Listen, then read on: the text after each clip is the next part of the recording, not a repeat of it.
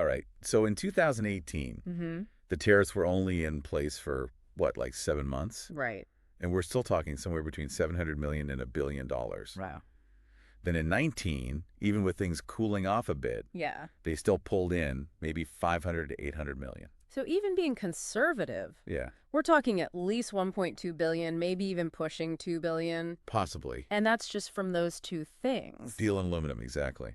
It's kind of crazy when you see those numbers. Yeah. It's easy to forget there were actual businesses, actual people caught in the middle of all this. Oh, for sure. It was like a domino effect almost. Okay, how so? You hit one industry, say steel, Mm-hmm. and suddenly it ripples out to a bunch of others. I see. Now, sure, some U.S. steel and aluminum producers, they probably made out pretty well. How come? Less competition, prices go up, basic Econ 101. Right, right. But then you've got all these other American businesses. Like who?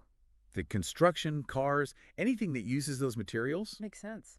suddenly their costs skyrocket. Oof. Yeah, that's gotta hurt. And you know what happens next? What's that?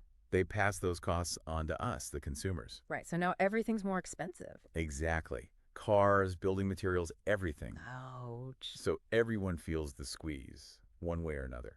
And that's just the U.S. side of things. Right.